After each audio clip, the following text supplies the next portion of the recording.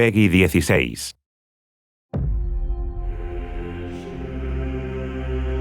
This really is the beginning of a new era, and I think beginning is an important part of that sentence. This is the first time I think that, in a long time that Bungie has stood kind of on its own.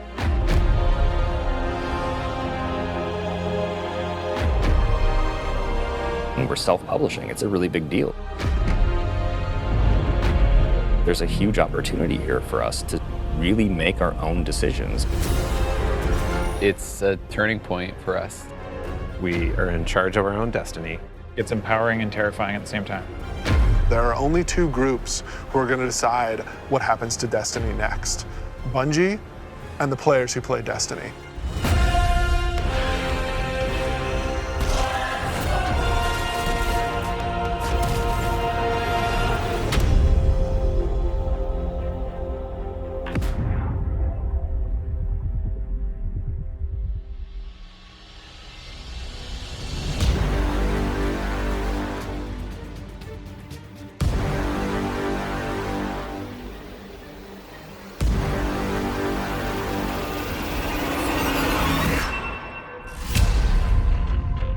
So at its core, Shadowkeep is about returning to the moon. We haven't been to the moon in a while, since Destiny 1, and a lot's changed.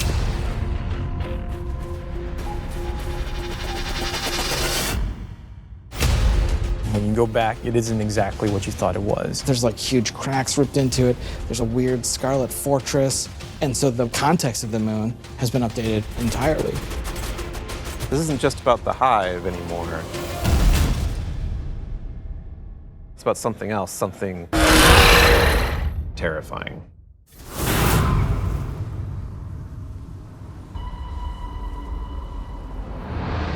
The moon this time around is something really scary that is playing on your fear in a way that hasn't happened before. Before it was, oh, it's a big giant thing and it's scary, but now there's actual some psychological elements to that. How long has it sat in silence, watching us? Much too long. Having Eris Morn come back instantly signals to players the tone shift and change. There's an undertone of threatening and psychological horror. You're all insufferable! We want to tap into what makes Guardians afraid. What are their worst fears? Shadowkeep refers to the things that Eris unleashed on the solar system. Nightmares are manifestations of a Guardian's past. What if the villains that you thought were well into the ground actually weren't, and they were being resurrected by the darkness?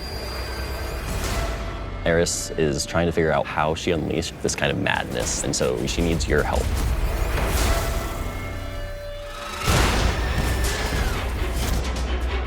You can't just kill them and make them go away. What if you can't do all of the things that you've grown accustomed to doing? Being unable to achieve what you're trying to achieve, no matter how hard you try. Players, they think we can deal with this. We killed Crota, we killed orcs, no big deal, right? Well, you're gonna get there and you discover it's a bigger deal than you even thought it could be. The darkness is actually a lot closer than you realized. Now you know my suffering.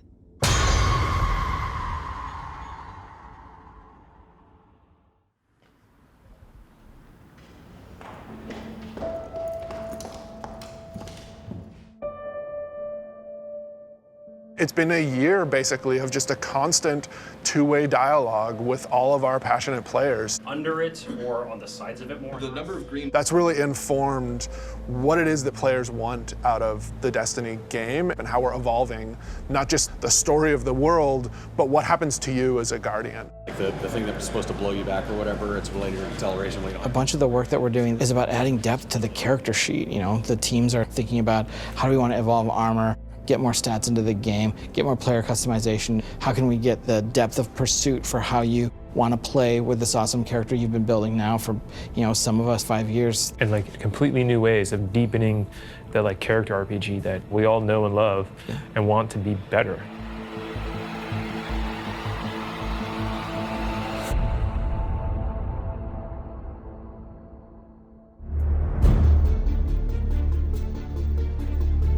In Shadowkeep, we are fundamentally evolving the systems and moving the world forward. You want to bring some of that sci-fi element back to it, where it's some like panels or exactly. something. We've been dancing this line between like, are we RPG enough? Are we not RPG enough? And now we're like, you know what? Screw it. Let's just go all in and just say like, hey, let's give players what they want. Allow them to kind of like customize the players and their habits and their game modes and all that stuff as much as they want to. So in Shadowkeep, what we're doing is changing the way that armor, perks, and mods work pretty significantly. Right now in the game, if you have an armor set that you like the look of, but you have another armor set that you like the way it plays, you're probably going to pick the one that you like the way it plays. Armor 2.0 is focused on allowing you to take the mods that you've unlocked and apply them to any given piece of armor. When I move my cursor over one of these mod sockets, it immediately shows me all of the mods that are available to me. Personally, I'm excited about the artifact. Players just get to kind of like fidget with these knobs and switches and do all the things that they want to do. When you get to this last tier, each of these perks gets relatively close to what an exotic might feel like. That's going to be a lot of fun. It's going to be a lot of fun.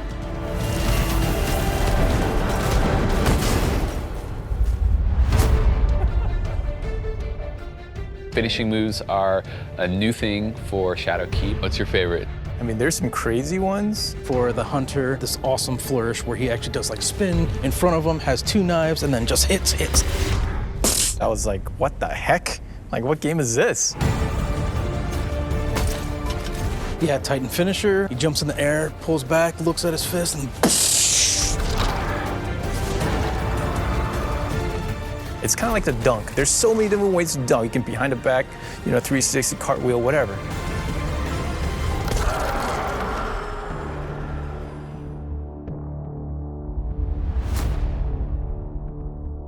We're in the playtest lab every day, trying to figure out what's good for the game, what do people want, what have they been asking for, trying new ideas. So I want to try, I added radar hiding. Let me know how it feels to get shot by the heavy bow. I am working on an exotic heavy bow, and I'm just working on figuring out some knockback, trying to see how big this, okay, that's probably too much, but you get the idea. This is an exotic trace rifle. Fire it on an enemy and it creates a big old crit spot. Here's a hand cannon that Victor's working on. It fires special ammo, and it's a little bit like a one-handed sniper.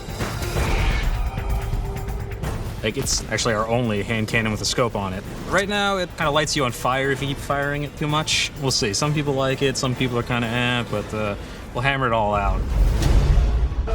All right, it's time. It's about to get loud in here. 1v1. 1v1 on the board. Oh! One of the things we really want to focus on, especially with Season 8 and the start of Shadowkeep, is a renewed focus on PvP. You're all on the other team. We're updating labs to include some much-loved game types from the past. We're also redoing a bunch of the playlists and how they work. But the really important thing for players to know is this is just the beginning. This is us building the foundation of what we're doing with the Crucible going forward.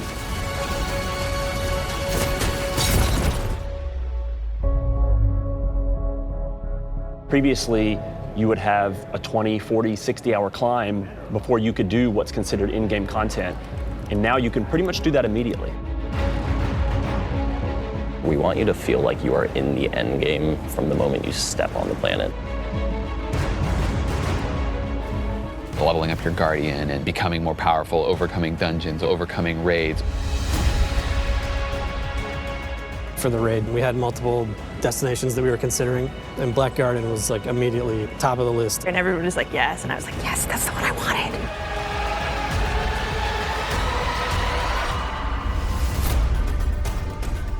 With Forsaken, we've started finding more ways for players to customize and personalize their character and differentiate themselves.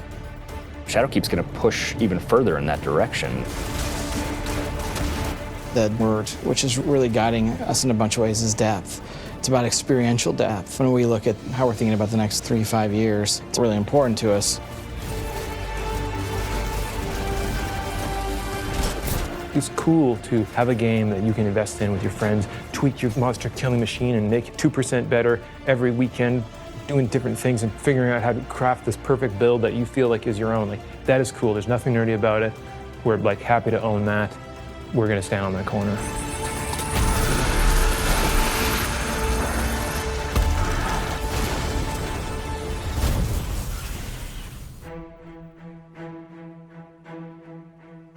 As things change, if the game doesn't feel like it's changing to meet the new landscape, it just all fall down. You know, part of our DNA is finding different ways to bring people together. We needed a way to crush the barriers between friends. We all have friends who could play Destiny, who are interested in it, but then we think about recommending it like, oh man, you're gonna have to play about 40 hours by yourself, and then you gotta pay all this money, and you know, maybe you should just play something else. And that can't be the story.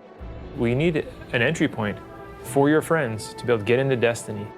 This is just simply about bringing people together to make it easy for players to enter this universe. There's a new entry point coming out in September called New Light, and New Light is a free-to-download experience. We're going to start off in the same place where Guardians first came into the world. Guardian. Guardian? Eyes up, Guardian. It worked. You're alive. You started in the Cosmodrome. You're going back. Going back. Yeah, blast from the past. Okay, it's not going to break orbit, but it just might get us to the city. It's as easy as come in, make a character, play the amazing introduction to the game, and then land in the tower. And then we'll set them loose to open up the world as they see fit. And have sort of an array of potential in front of you. You can just start playing the game and get into some of the same activities that your friends might be playing. The campaigns from D to Year One, the Red War, Curse of Osiris, Warmind. Every world we have will be available for them to explore and to free roam and to do bounties on. Every cooperative strike, whether they're playing with friends or matchmaking, every competitive multiplayer map. The D2 Year One raids like Leviathan. Full access to Gambit, the hybrid mode that we have. All these things are available to them for nothing.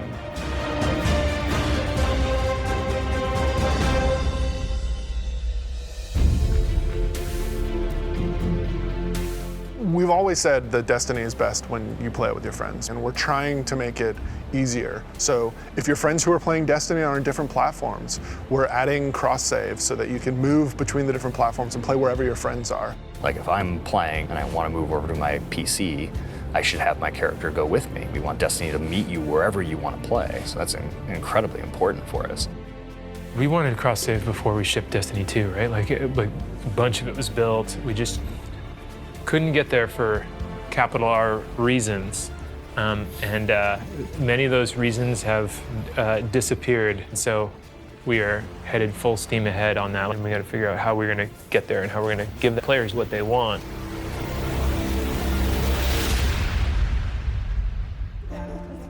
As culture as we can get. Thanks, buddy. Our original vision for Destiny was a world that would evolve and change. We're leaning really hard into that because we believe that's where the future of Destiny is. The long horizon for Destiny is to become an evolving world. You know, you're going to tune in to see what's going to happen next. We can completely build Destiny in the vision that we want it to be in. A vision that isn't dictated by a commercial model or a business plan, but our creative vision and what we want to do for our players and what they want us to do with Destiny. We feel like our work isn't done. We have a series of missions that we need to finish before I think we have Destiny in the place that it needs to be, and we're back to, I guess, finish the fight, so to speak.